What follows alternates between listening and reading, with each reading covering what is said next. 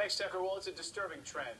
Take a look at your screen. The so-called knockout game that's going on. It's growing in popularity among our youth, and more innocent bystanders becoming victims to these crimes. Now a new bill has been proposed in the state of New York to try these folks and keep them behind bars for the ages of 25 years, regardless of age. So joining us now is the man who drafted this bill, New York Assemblyman James Tedisco. Nice to see you this morning, James. Welcome to the show.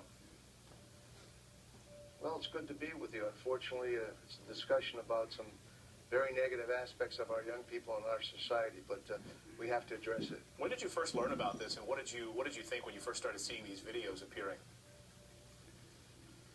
Well, months ago, I started seeing them creeping up, and, they call it the knockout game, but really it isn't a game. It's several vicious, violent attacks which are destroying people's lives and really taking people's lives. And about 2.5 weeks ago, I decided enough is enough. We began to draft a piece of legislation, and we realized, make no mistake about that, these are not young people that have simply gone awry and are throwing some stones through windows or doing some vandalism. These are punks. These are thugs.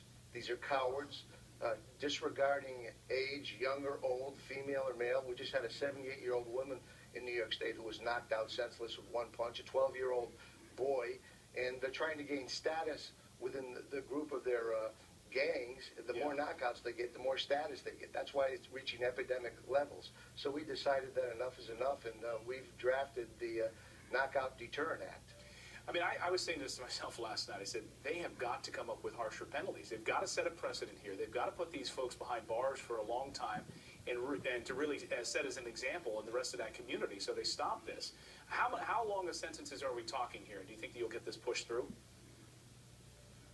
Well, first and foremost, the purpose of this legislation is to send a message that you can't use youth to destroy people's lives. The youthful offender law is there for a purpose. Lower levels, graffiti, vandalism, those types of things.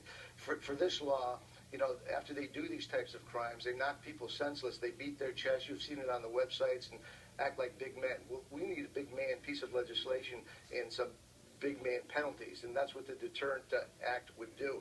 It would disallow youthful offender status. They'd have to be treated as adults.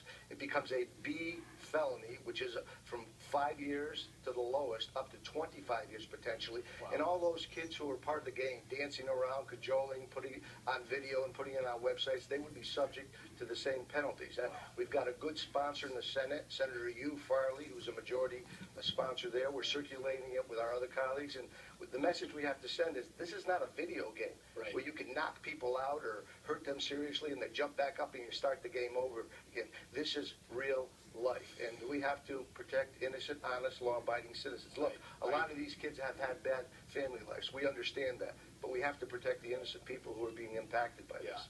Assemblyman, we appreciate you joining us this morning. I'm glad you're doing this, and keep us up to date on the legislation, and hopefully it gets through. We appreciate it. Thank you very much. Thank you for your interest. Yeah, absolutely. Coming up here next on the show.